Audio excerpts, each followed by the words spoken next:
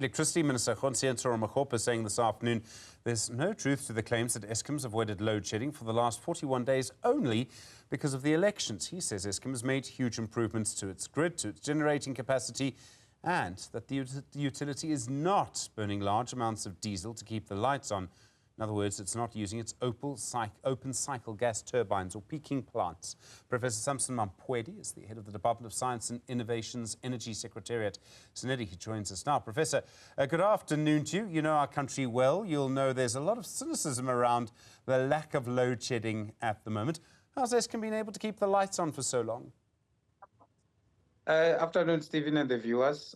So there's a number of things. The first one is the fact that the energy availability factor for the coal fleet has improved to just below 60% the last time I checked. At some point, it was reaching about 65%, and it has managed to stay there for quite a long time. So in the past, it was going up and down. It now appears like Eskom is managing to do what we call reliability maintenance. So the coal fleet is starting to be reliable when it gets maintained.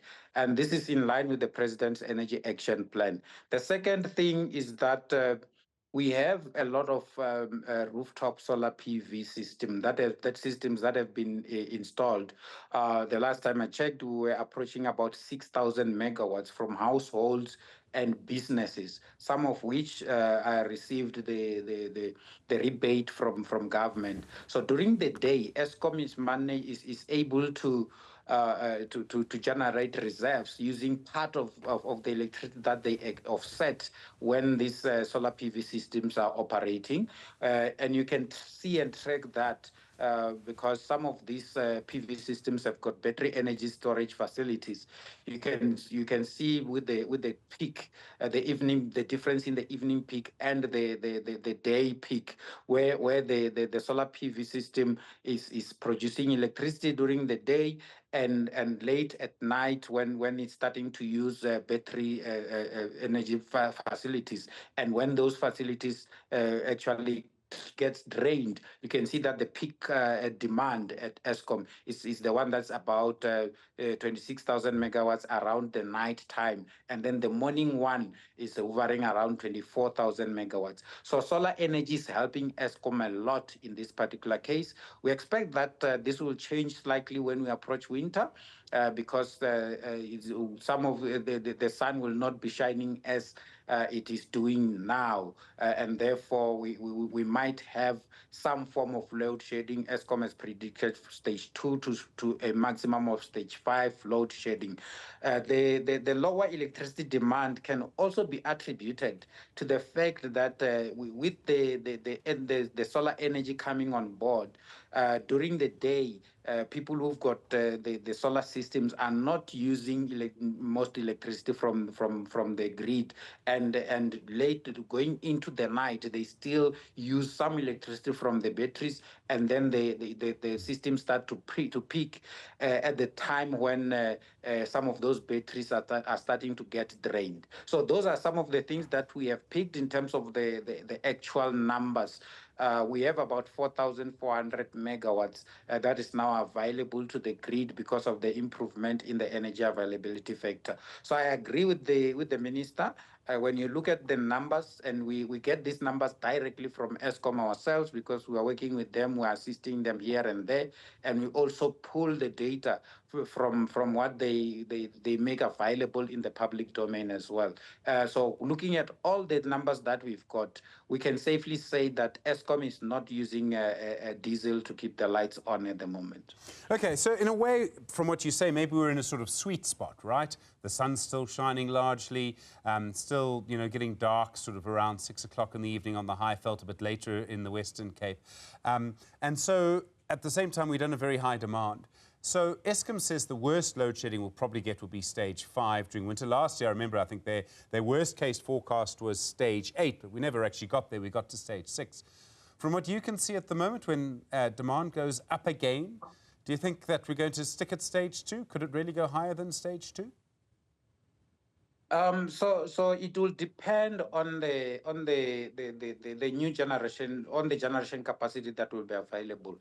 From the numbers that we've got, Eskom indicating that they plan to bring in about 3,000 to 4,000 megawatts more from the planned capacity loss factor, basically what they are maintaining at the moment. If they manage to bring back that capacity, we may still go without load shedding, or it will be at a minimum, which could be between stage 2 and stage 3 load shedding.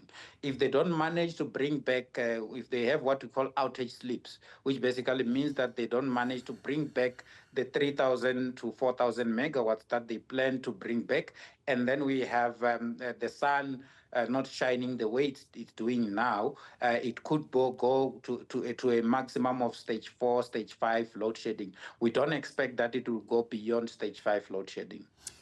You talk about everything else that's happening with the grid, a lot of solar around, a lot of privately owned power generation capacity around.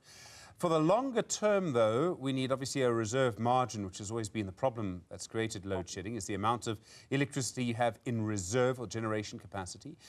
Key to that would be, I suppose, the EAF, the energy availability factor for our coal-fired power stations. Has that improved during this time? Yeah, so the EAF has improved drastically.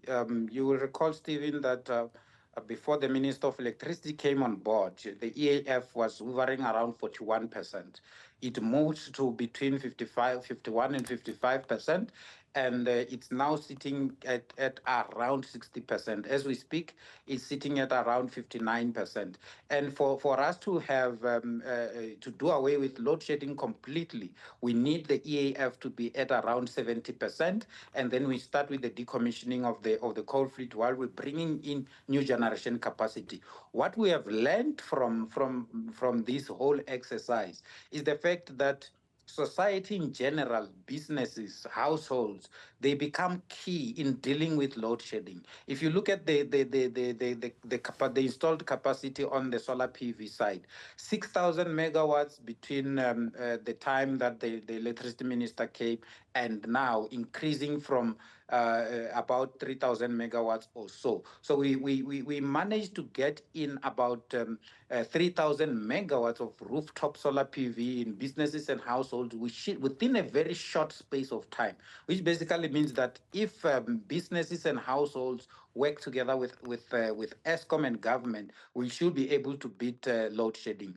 Going forward, we are expecting about 10,000 megawatts to come from the business side of things in terms of renewable energy.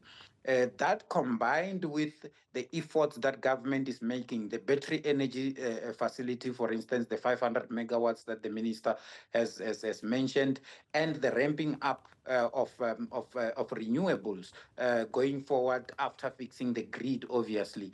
We expect that all these efforts will result in us being able to beat load shedding. The timeline depends mainly on the improvements in terms of the energy availability factor of the coal fleet, as we have been mentioning for quite some time. The minister's been busy, and last week he was at, I think it's called a combined cycle power plant in Richards Bay. Is that just another name for a technology that we were aware of? Is it something new? So the combined power plant basically produces electricity from gas, and then with the heat that comes from it, because normally what happens is when you run the gas turbines, they get hot, and then you need a cooling kind of source. In this case, you can use water, you can use air, you can use other additives to cool the system down. In other words, you are basically producing electricity, and then you've got additional power or additional power that you can tap into, which you basically dissipate by through the cooling process. So the combined power plant, in the combined power plant, you basically don't dissipate or cool that system. Instead, you capture that heat, and then you use it to boil water, and then you can then take that steam through another process of a steam turbine that will then produce additional electricity. You can produce up to 50% more than what you are producing in the original system. So we have that kind of a system that can be used, and the one that the minister visited is the first in the country. We have a number of what you call combined heat and power systems. In most cases, where you have engines that produce electricity, and then with the heat, we capture the heat, and then we can heat up the water and use it in other applications where the water is needed, or any other medium that we can heat up. Part of my PhD, I looked at those kind of systems on behalf of Eskom as well. Clearly, Professor, I asked the right person. Thank you very much indeed, Professor Sampson Mamphweli. Thank you. Is the head of the Department of Science and Innovation's Energy Secretariat, Sanedi. Professor, thanks very much indeed.